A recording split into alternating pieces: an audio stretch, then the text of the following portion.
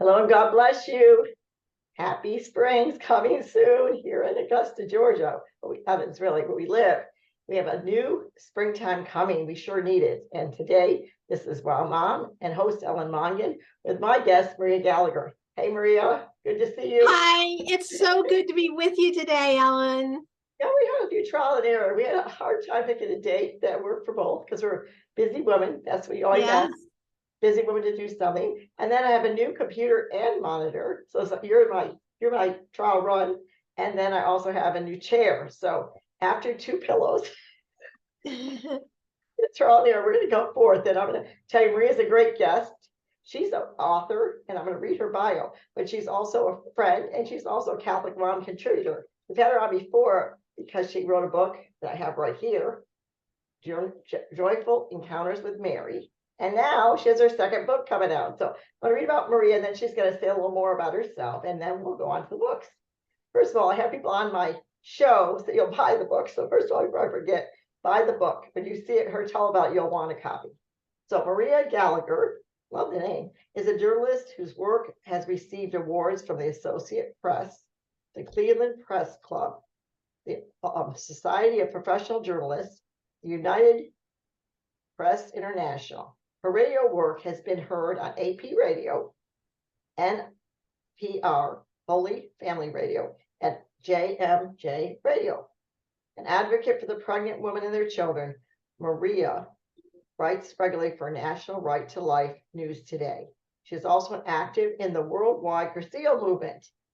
The mother of a beautiful ballerina, Maria makes her home in central Pennsylvania. That's something bio. It is my heart too, as well.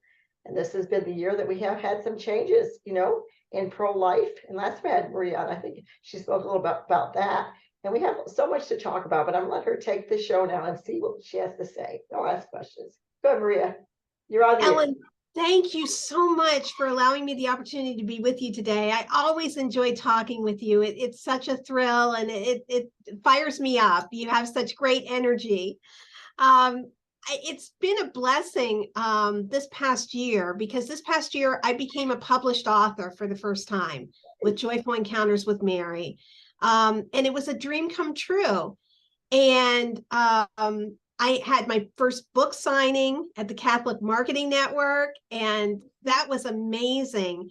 And I remember this one woman came up to me and she said, I'm on my way to Africa, and I'm going to bring your book to Africa. And I thought to myself, oh my gosh, the spread of this book.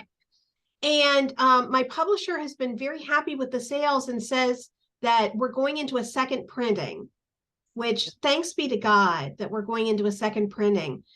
And it's touched so many people. I've heard such wonderful stories of people who find a closer relationship with Mary and a closer relationship with Jesus as a result of reading the book. And even people who may have been away from the church who are contemplating coming back to church as a result of reading the book. So all glory goes to God for that.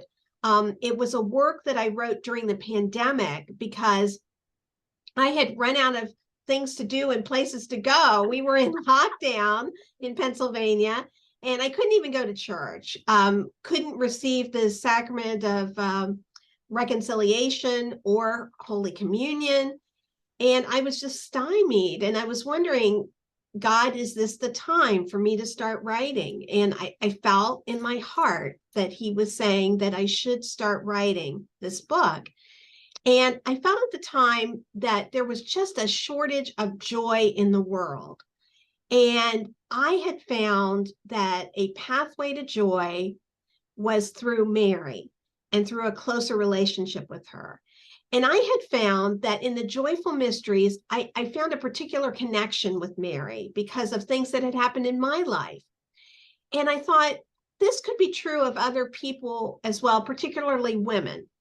And, many of us have gone through the experience of being pregnant, of giving birth, of taking our child to our temples, which are our churches, to be baptized, and even losing a child, maybe when you're shopping or at the park, and suddenly you say to yourself, oh my goodness, what's happened here? And that wonderful feeling when you find that child again and you can hug that child. So I decided to write this book, Joyful Encounters with Mary. And it's led to all sorts of other things, additional writing assignments from the Marian Press. And it led to my second book, which we hope will come out end of March. And that's called Mercy's Pawer. And what it is a spiritual handbook for living out the gospel of life. I felt this was so important because in this past year, we saw the overturn of Roe versus Wade, that tragic 1973 U.S. Supreme Court decision, which had legalized abortion in all 50 states. That went away. But the problem of abortion and the problem of threats to innocent human life did not go away. And I felt the best way to approach this is from a spiritual standpoint. What can I do spiritually to prepare myself so I am the best advocate I can be for life? So I poured my heart and soul into this book, Mercy's Pawer. It's based on my many years in the pro-life movement and my many years with CatholicMom.com, writing about the spiritual life. And I hope this is a blessing to many, and I hope we can save a lot of lives through this book.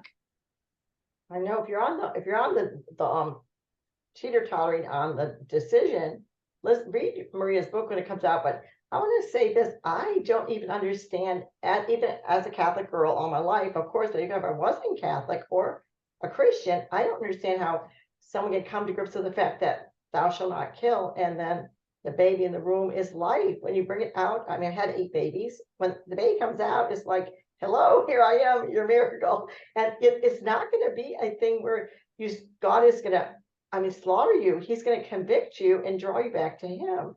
But it's so, to me, one lady at Bible study this week said, you think about all those aborted babies and who would they have been? Maybe they had the cure for cancer. Maybe they were going to be the president. You never know who this child was going to be.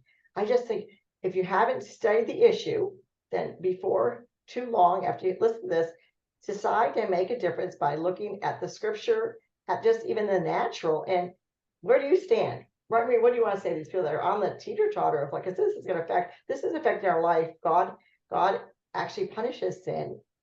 Those who are in sin, those who are not in our world is going in a place we really need life. Let there be life. So more than 64 million unborn children have died from abortion since 1973. It's just a staggering number. I mean, for instance, I think in the old days on American Idol, when they had votes for who was going to be the American Idol, I think they had maybe 64 million votes. Okay, so that's what we're talking about. We're talking about a sizable amount of the population. And we also have all of those women who have lost children from abortion. Many of them have been told the lie that these were not babies, that they were not human, that they were not persons, that they were not alive. But the fact is that a baby's heart starts beating 24 days after conception. Brain waves can be detected 43 days after conception. At 6 weeks after conception, a baby looks like a miniature doll with arms and legs and fingers and toes. These are real human beings we're talking about. And I just read the other day of a celebrity who had written about the fact that she aborted her child, and she said it's a woman's body. Well, there are 2 bodies involved. There's the woman's body, which we need to cherish and love and protect. But there's also that child's body, and that child has separate DNA from the mother, maybe is different sex from the mother, may have many differences from the mother. And so we need to recognize that and honor that in our society. And I truly believe that lack of respect for the baby in the womb leads to lack of respect for life outside the womb. And when I look at our society and all the violence that we see in our society, I think to myself, a lot of these people don't respect themselves, first of all, in their own lives, and they don't respect the lives of other people.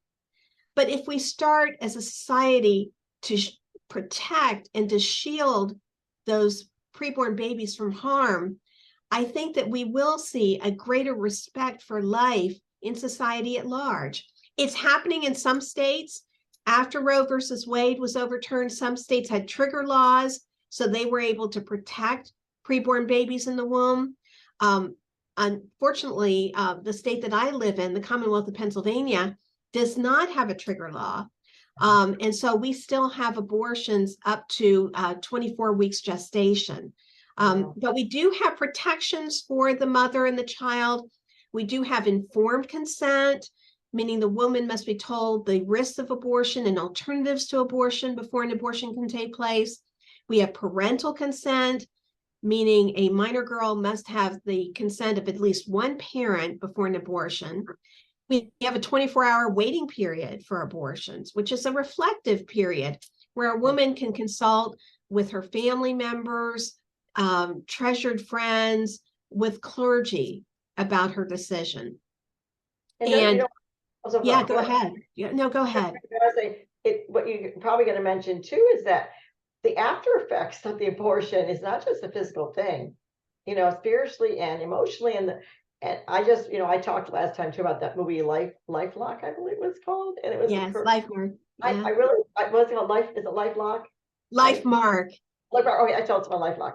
Okay, LifeMark, and I was all about it because we had a grandchild born when the couple was not married, and my husband made them wait to get married. It ended up being a sad divorce situation. But when I watched that movie, I just was so blessed by my daughter saying she could have aborted that baby, or she could have adopted out, and we may never would have met the child. So I just treasure my grandchildren. I'm 50, and I think you don't know what's going on, and they may make a decision out of fear, or maybe out of thankful she kept the baby. But we just say this: you have to always have in your place, and I'm really big on mentors. An older woman doesn't have to be your mom, doesn't have someone older. I have this one gal, I call her my younger older woman. She lives in Utah. She's my prayer partner. I go, Karen, you're my younger older woman.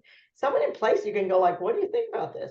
Especially if you're getting pressured by the other person. We were going to make this all about pro-life, but it is about pro-life always. That we come on the air, every one of us, a Catholic mom, to bring you life from the Word of God. And so Maria's here today really to talk about her books. So I'm glad we mentioned this, Maria, because there's a lot going on right now. And like you said, you took a pause in life and you began to write. Well, take a pause and think after this show and see what God's asking you to do for the world. And Maria's making a big difference. So we're going to go back to her book. But thank you for saying all that. Honestly, you are very good on the details, and it's details that makes feel really thick, and everyone watches American Idol.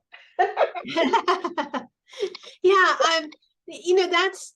I think that my passion for pro-life drove me to write this book on Mercy's Power.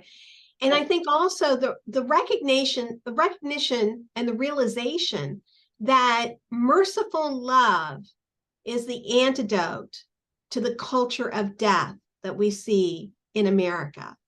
We need mercy and we need love. We need a civilization of merciful love.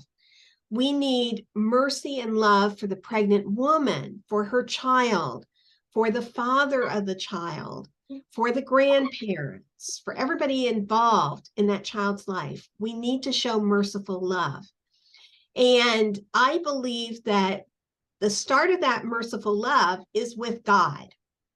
That's right. And through his grace, we can grow in merciful love. And so I believe very strongly that we need to have a devotion to the Eucharist as Catholics. I go to adoration once a week on Sunday afternoons, and I post it on Facebook. And I have a picture of the Blessed Sacrament in the monstrance. And I say to my Facebook friends, I'm praying for you. And they're so touched. And it's just a wonderful way to evangelize. And there was a priest who's on his way to becoming a saint. His name is Father John Harden. And he wrote that there is no stopping abortion without the Eucharist. There is no stopping abortion without the Eucharist.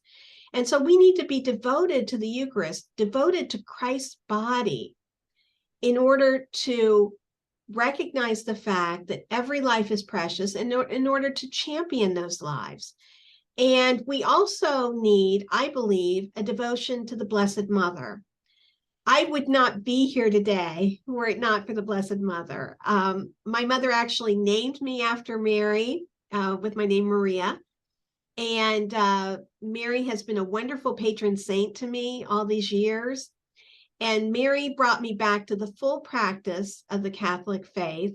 I was away from the sacrament of reconciliation for a long time, but it was Mary that brought me back. I started praying a daily rosary and I became on fire for the Lord. And I think that that fire fuels my pro-life advocacy. And I want to see that in other people's lives as well. I'm so glad you're talking about the Eucharist. We know this is the year of the Eucharist. And so, and I think what she said in the very beginning was she missed the sacrament of reconciliation and the Eucharist. And I wept, Maria, when we had this little staycation. We're not a mass. As a deacon, I was able to go some after a while. I didn't see that. I'm sorry. I like spiritual communion, and everyone knows of it. We are little children, but I have to be there. It's like a long distance relationship. You want to just be there with Jesus and hear the gospel preached. And the Eucharist is very special to me. And I think it's essential. It says, John 6, if you don't eat my body and drink my blood, you shall not have life within you, because my body is true food. And so if you're lacking joy and pizzazz and on fire for Jesus, you should seek out the sacraments. It says, by grace you saved through faith, not of myself, but a gift. And the sacraments are instituted by Christ to give grace. I don't have a script, Marie. I just, I'm saying, this is my heart, the Eucharist, and I think it's very important. And so, is the book Merciful Love? Is it about like the Eucharist? About what? Tell us a little more. What's it about? Sure. Mercy's Power is about the power of mercy and the power of love to transform our culture to one of life and to safeguarding and protecting all human life. So I go into the importance of the Eucharist. I go into the importance of the relationship with Mary. I talk about the importance of acts of mercy, particularly as they relate to pregnant women.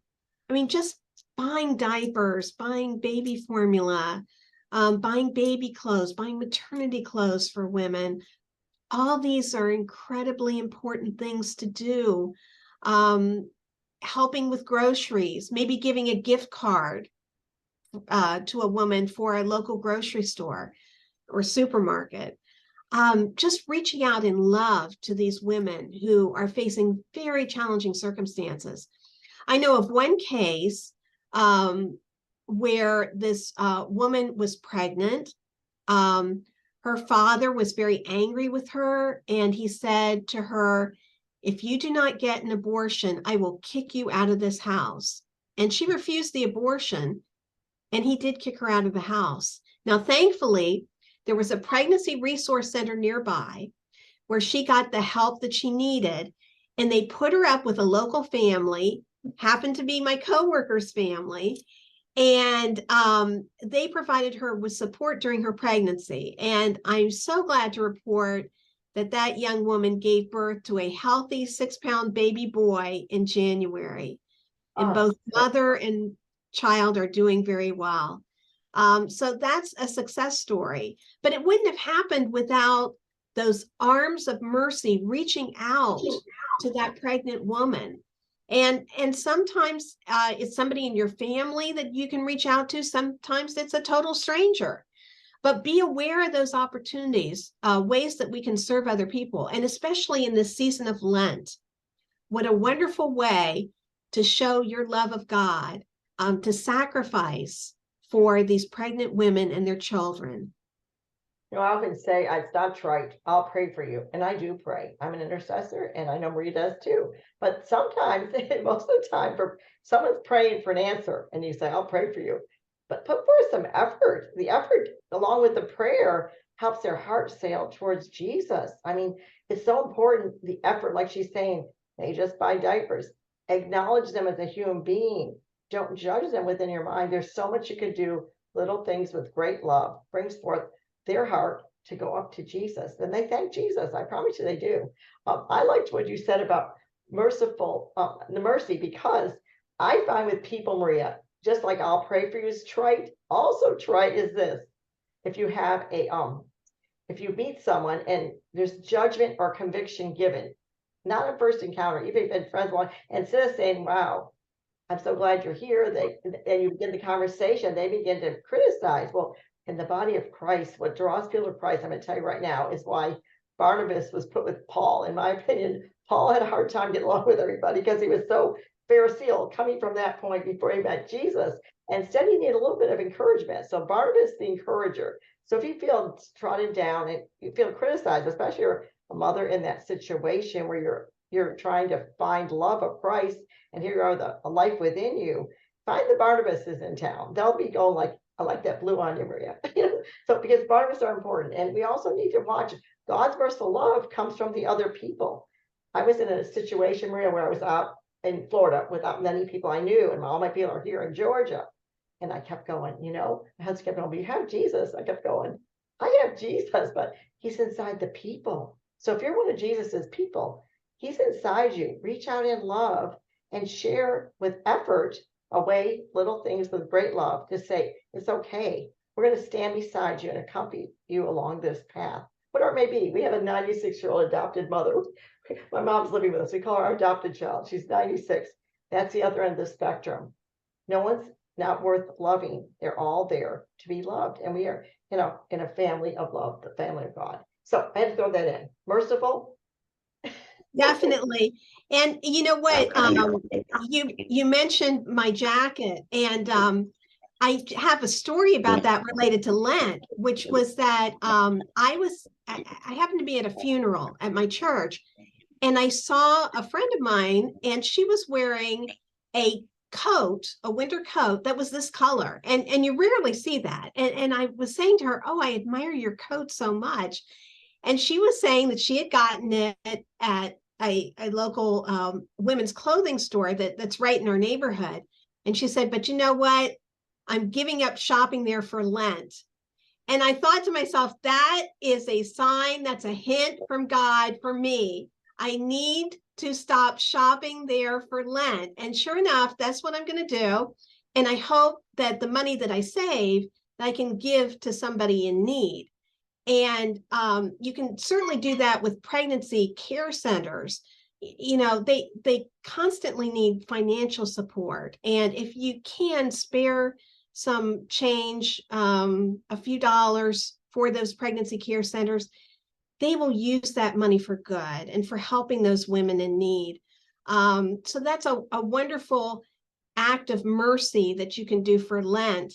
The other thing that I talk about in the book is words of mercy.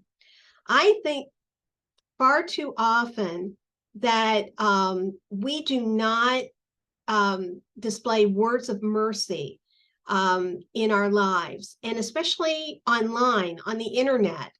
There's so many people who blast other people on the internet, who give out criticism right and left. And we need to show merciful love on the internet, in our comments, in our suggestions, in reaching out to other people. We need to be very conscientious about our words, because words can hurt. Words can actually kill a person's soul. I mean, words have a lot of power. And so we need to rein in that power and use that power for good and to be of service to other people.